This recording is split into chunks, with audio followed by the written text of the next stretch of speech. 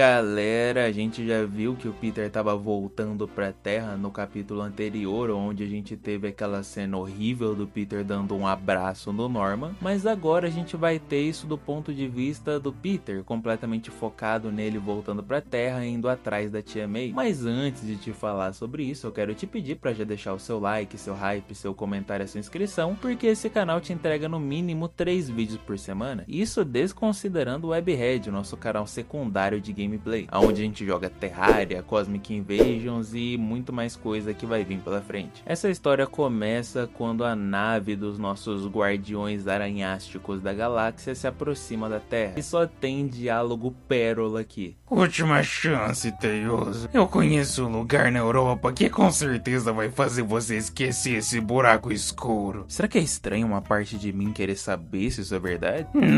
Você é um humano inconstante, é bem normal. E se for parar pra pensar, considerando o resto medíocre da sua espécie, até que você não é tão ruim. Valeu, Rocket, eu vou sentir sua falta também.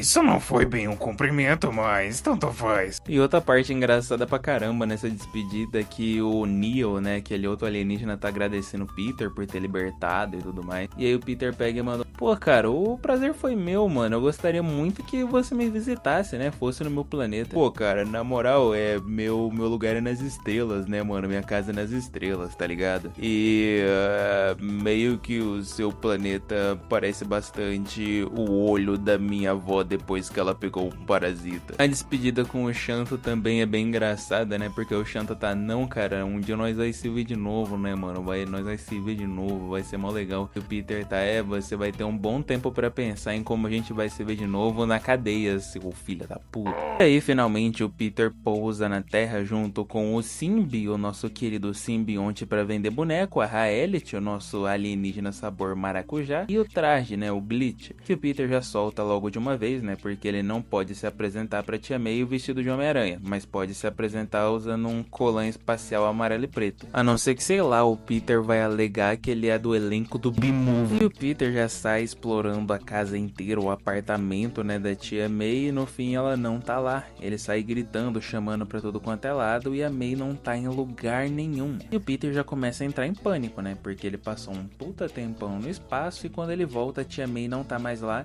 e a casa parece ter sido abandonada. E aí rola outro diálogo engraçado, né, porque a Raelit tá achando o planeta do Peter todo bonitão e tudo mais. O Glitch tá tipo: normal, né, tipo, é uma cidade, né, mano, cidades são assim. E a Raelit pergunta pra ele, que já como ele explorou quase que o universo inteiro, em que posição ele deixaria esse planeta em relação aos outros que ele já viu. E a resposta dele é essa: bom, usando um sistema de classificação bem objetivo, eu colocaria esse lugar na posição de número 295.034. E é bem legal que o diálogo do Glitch com a Raelit é meio que como alguém que sabe muito e gostaria muito de não saber nada. Alguém que já tem muito conhecimento e gostaria de regredir para ter a experiência de aprender de novo. Então eu achei isso bem interessante pro personagem. Eu não imaginaria que eu pegaria apreço pelo traje do Peter.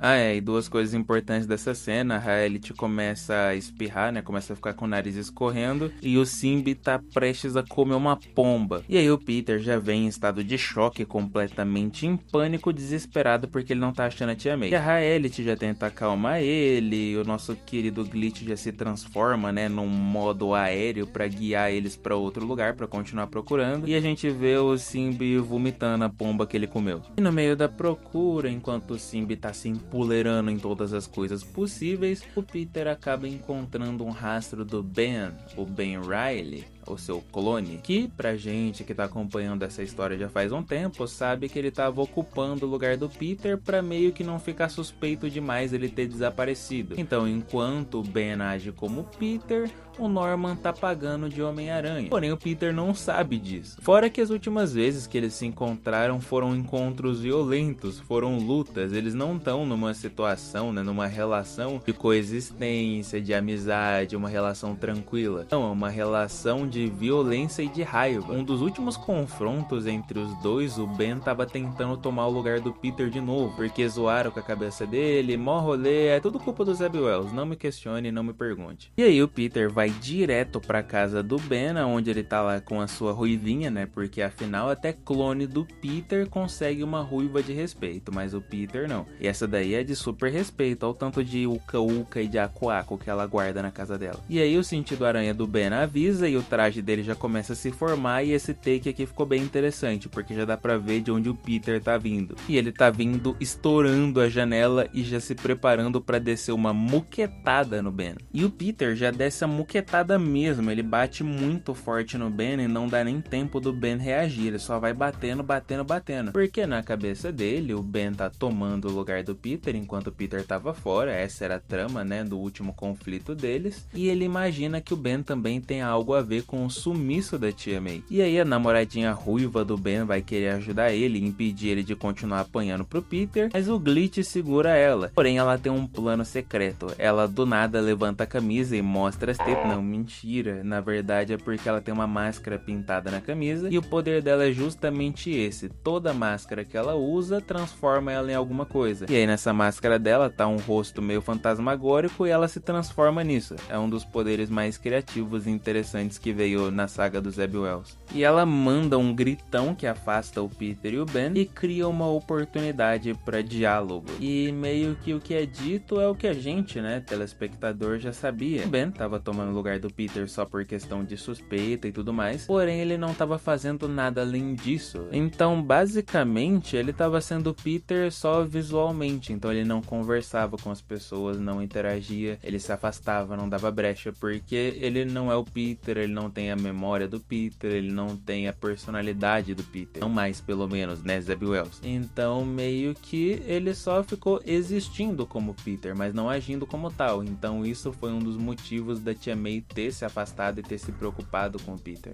E no meio dessa discussãozinha, onde o Peter percebe que ele estava sendo extremamente precipitado e cabeça quente, Glitch mostra que a Raelit tá passando mal pra caramba, simplesmente porque ela não tem um sistema imunológico pronto pro planeta Terra, né? Um planeta tão imundo e sujo. E aí corta pra torre do nosso senhor Osborn, nosso Homem-Aranha Duende Verde, tá fazendo exame em si mesmo e ao que deu a entender, ele meio que tá se desfazendo, ele tá pra ir com Deus. Ele liga pro Miles, eu imagino que isso vai linkar com aquele bagulho dele se tornar o professor do curso dos super-heróis aranhas super parasitários. E aí rola outra cena engraçadinha, né, porque o Glitch tá indo atrás do Quarteto Fantástico pra dar um suporte médico pra Raelit, e aí o Johnny e o Coisa tão batendo de frente e tudo mais, o Johnny principalmente tá bem bravo e tal, e aí do nada ele recebe uma super catarrada combinada, uma da Raelit e uma do Simbi, e a fala do Glitch é simplesmente perfeita.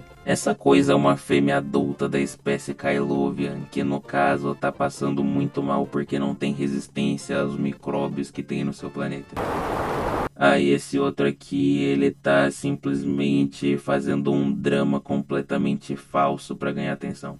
E aí o Johnny vomita e o Coisa fala que ele vai conseguir 2 lugares pra atender eles. Só que agora serão 3, né? Porque o Johnny tá vomitando por conta de catarro alienígena. E a gente corta pro Peter sabendo exatamente onde a Tia May está. E ele é atendido pelo atual namorado da Tia May, que tá sendo completamente rude e frio com o Peter, porque na cabeça dele o Peter também é assim. O Peter tá abandonando a tia e tudo mais. Algo bem tanto faz, de verdade. Eu não me afeiçoei a esse cara nem um pouquinho. E o Peter entra, a Tia May tá machucada, né? Como vimos no episódio anterior do que tava acontecendo nesse universo. E o Peter já chega na Tia May perguntando quem machucou ela, se ela tá bem, o que aconteceu. Ele já pede desculpa, abaixa a cabeça. E rola um momentinho bem bonito, na verdade, que ela coloca a mãozinha no rosto dele, chega bem perto dele, dá um abraço, ambos choram, morre de saudade e tudo mais. E é bem legal, porque na cabeça da Tia May o Peter tava mal e tava ignorando Bonnie se afastando, sendo que o Peter tava no espaço e tudo que ele mais queria era voltar pra casa dele pra viver com a tia dele. E esse momento é bem legal, porque poderia ser um clima completamente merda, onde ela culpasse o Peter por ter estado longe, por não ter conversado com ela, não ter sido parceiro com ela por esses últimos dias/meses. E esse quadrinho termina com essa cena super bonitinha e já mostrando pra gente que o próximo capítulo será com um novo vilão lutando contra Homem-Aranha, Mary Jane, Venom e Ed Brock Carnificina. E esse vilão é o Espiral da Morte, que eu não sei quem que é, minha suspeita era o Shocker, mas eu não sei mais o que pensar. Opa, você ficou até o final do vídeo, muitíssimo obrigado por ter permanecido até aqui, eu sou muito grato pela sua presença, pela sua companhia e seu tempo. Que Deus te abençoe e a gente se vê na próxima.